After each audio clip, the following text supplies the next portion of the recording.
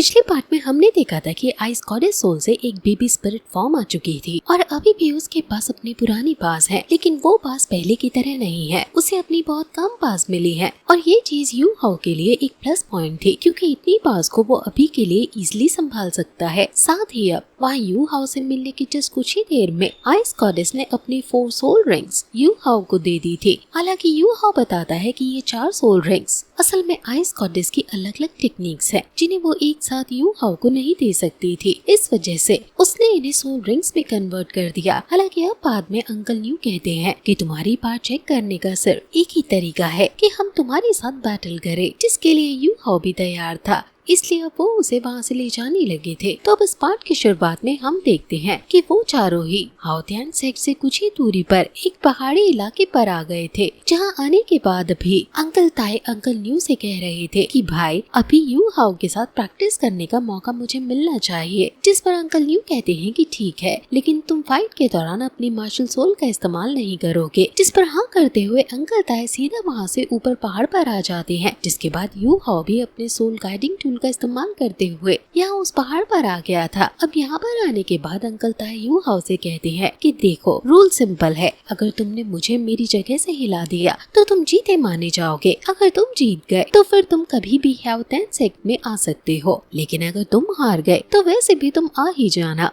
लेकिन फिर हार के बदले आइस गॉडेस को मुझे हाँ करना होगा। अब ये सुनने के बाद आइस गॉडेस यहाँ अंकल ताए को चिढ़ाती है और फिर यू हाओ के पास आ जाती है। वैसे यू हाओ अभी उसे कह रहा था कि ये हमारा पहला बैटल है, इसलिए तुम्हें मेरी बात सुननी होगी। जिस पर आइस गॉडेस हाँ करती है, लेकिन अब आइस गॉडेस के साथ मिलकर हमला करने की बजाय यहाँ यू हाओ पहले खुद ही आगे बढ़कर अंकल ताए पर हमला करता है। लेकिन उसके इस हमले से अंकल ताए को कोई फर्क नहीं पड़ता, वो अपनी जगह से 1 इंच भी नहीं हिले थे। पर तभी यू हाओ फिर से दूर आते हुए उन्हें किक करता है, लेकिन इससे भी कोई फर्क नहीं पड़ता। जिसके बाद यू हाओ सीधा हवा में आ जाता है और यहाँ अपनी सारी स्पिरिचुअल एनर्जी का इस्तेमाल करते हुए एक स्पिरिचुअल पंच से उन पर हमला करता है, जिसकी वजह से वो पूरा माउंटेन हिलने लगा था। यहाँ दूसरी तरफ अभी हाओतियान सेक्ट की वो जगह जहाँ सारे डिसाइपल्स ट्रेनिंग कर रहे थे, वो जगह भी हिलने लगी है। वो देख वो सभी हैरान थे। पर तभी वहाँ एक दूसरा डिसाइपल आकर बताता है कि मास्टर्स ओबयंग मास्टर के साथ आए उस लड़के से फाइट कर रहे हैं,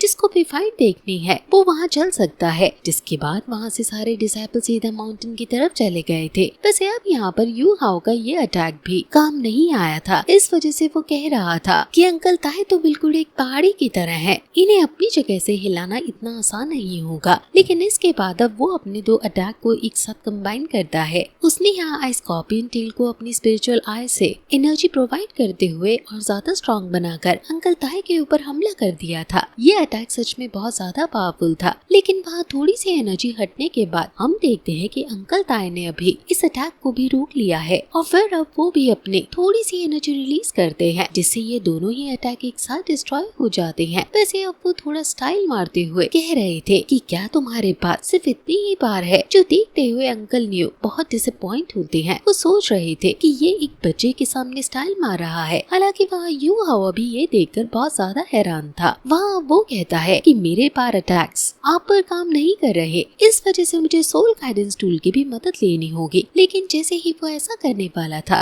तभी आइस गॉडेस उसे रोक लेती है। जिसके बाद यू हाओ कहता है कि अरे हाँ, मैं तो तुम्हारे बारे में भूल ही गया था। चलो मैंने तो अपने अटैक्स ट्राई कर लिए, अब तुम तुम्हारे अटैक्स ट्राई करो। अब ये सुनकर आइस गॉडेस बहुत ज्यादा खुश थी और वहाँ अंकल ताए भी एक्साइटेड हो रहे थे, क्योंकि वो भी आइस गॉडेस के अटैक्स देखना चाहते थे। हालांकि इसके बाद अब यू हाओ यहाँ अपनी आइस एनर्जी को रिलीज करता है और वहाँ उसके साथ साथ आइस गॉडेस भी अपनी स्पेशल टेक्निक स्नो डांस का इस्तेमाल कर रही थी। इस अटैक की वजह से वहाँ वो माउंटेन और साथ ही आसपास की जगह आइस रेलन के अंदर कवर हो चुकी थी, जिस वजह से वहाँ वो जगह जमने लगी थी और बड़े बड़े आइस पैक्स निकलने लगे थे। साथ ही इसकी पास से वहाँ अंकल ताए का भी एक हाथ पूरी तरह से फ्रीज हो जाता है। साथ ही कुछ देर में उनके पैर भी फ्रीज हो चुके थे, जिससे वो अपनी जगह से जाकर भी नहीं हिल सकते थे। वैसे यहाँ यू हाओ इस वक्त अभी अपनी पावर आइस गॉडेस को प्रोवाइड कर रहा है और इस दौरान वो सोच रहा था कि आइस गॉडेस और उसकी पावर कंबाइन होने की वजह से और यू हाओ का कल्टीवेशन अब और ज्यादा होने की वजह से जो एरिया है वो पहले से ज्यादा बढ़ चुका है। यू हाओ ने इस तरह की टेक्निक का इस्तेमाल किया है जिसमें वो कुछ दूरी से आइस एनर्जी को कंट्रोल कर सकता था, लेकिन ये स्नो डांस टेक्निक उस टेक्निक से बहुत ज्यादा अलग है क्योंकि ये पूरे ह्याओतेन सेक्ट को कवर किए हुए है। वैसे इसकी वजह से अभी वहाँ वो डिसाइबल उस जगह खड़े भी नहीं हो पा रहे थे और न ही वो सामने देख पा रहे थे। अब इस तरफ हम यहाँ अंकल ताई के पास आते हैं। वो इस वक्त खुद तो ठीक है लेकिन उन्हें यू हाओ की प्रेजेंस महसूस नहीं हो रही थी। इसका रीजन ये है कि उनके सामने बर्फ है इसलिए वो यू हाओ को नहीं देख सकते और अभी यू हाओ की पूरी बॉडी में आइस एनर्जी इस तरह से फैली हुई है कि उसकी बॉडी की प्रेजेंस महसूस कर पाना लगभग नामुमकिन है। हालांकि अभी वो अगले अटैक के लिए जरूर तैयार थे क्योंकि यू हाओ कहीं से भी हमला कर सकता है। इस वजह से वो अपने आसपास से बर्फ हटा लेते हैं। तभी वहाँ सामने से आइस गॉडेस अपने अगले अटैक की तैयारी कर लेती है। अभी इस अटैक को देखकर अंकल ताई और साथ ही वहाँ अंकल न्यू दोनों ही बहुत ज्यादा हैरान थे। यहाँ अभी अंकल ताई ने अपने आसपास से बर्फ हटा ली थी लेकिन अटैक करने से पहले आइस गॉडेस एक बार फिर वहाँ चारों तरफ बर्फ जमा देती है और इसके बाद अब वो अपने एक और स्पेशल अटैक जिसे एम्प्रेस पाम अटैक कहते हैं उसका इस्तेमाल करती है। इसकी वजह से वो जगह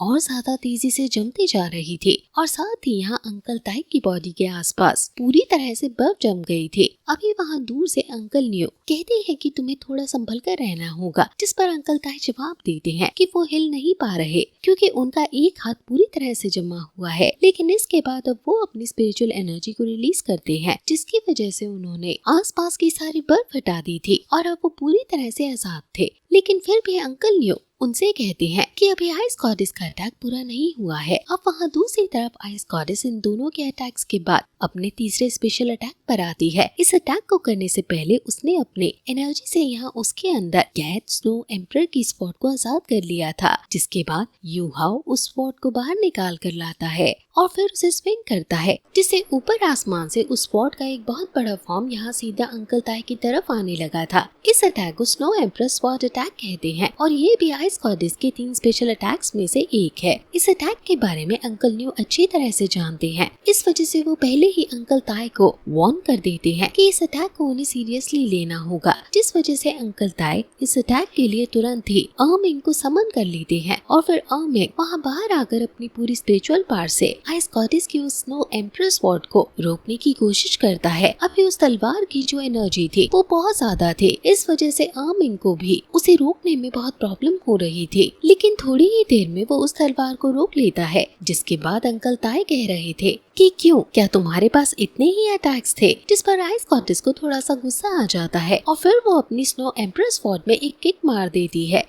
यहाँ वो अपनी पावर्स को स्वॉर्ड को दे रही थी, इसलिए यू हाओ उसे रोक लेता है, लेकिन वो नहीं रुकते। हालांकि अब पावर्स देने की वजह से वो तलवार बहुत ही ज्यादा तेजी से आगे बढ़ने लगती है, जिस कारण अर्मिंग और अंकल ताई की स्पिरिचुअल पावर उस तलवार को नहीं रोक पाते और वो तलवार वहाँ से आर पार हो जाती है। वैसे वो बस स्पिरिचुअल फॉर्म था, जिस वजह से इन्हें कोई सीरियस चोट नहीं लगती, लेकिन तलवार वहाँ से आगे बढ़ने की वजह से अब अंकल ताई पीछे भी खिसक चुके थे और साथ ही फ्रीज भी हो चुके थे। वैसे इसकी वजह से वहाँ एक आइस वेव भी फैलती है। हालांकि अब ये लड़ाई यहाँ खत्म हो चुकी थी, इसलिए यू हाओ वहाँ हवा से नीचे आता है और आइस गॉडेस भी उसके कंधे पर जाकर बैठ जाती है। यू हाओ अभी उससे कह रहा था कि अंकल ताई हमारे दुश्मन नहीं है, तुम्हें इतनी पावर से उन पर हमला नहीं करना था, लेकिन आइस गॉडेस उनसे गुस्सा थी, इस वजह से उसने इतनी पावर का इस्तेमाल किया। पर अब यू हाओ के कहने की वजह से वो थोड़ी सी उदास हो गई थी। वैसे वहाँ अंकल ताई खुद के आसपास से बर्फ हटाते हुए कहते हैं कि मुझे इस अटैक से कुछ नहीं हुआ, पर तभी अंकल न्यू वहाँ आते हुए बोलते हैं कि तुम्हें कुछ नहीं हुआ,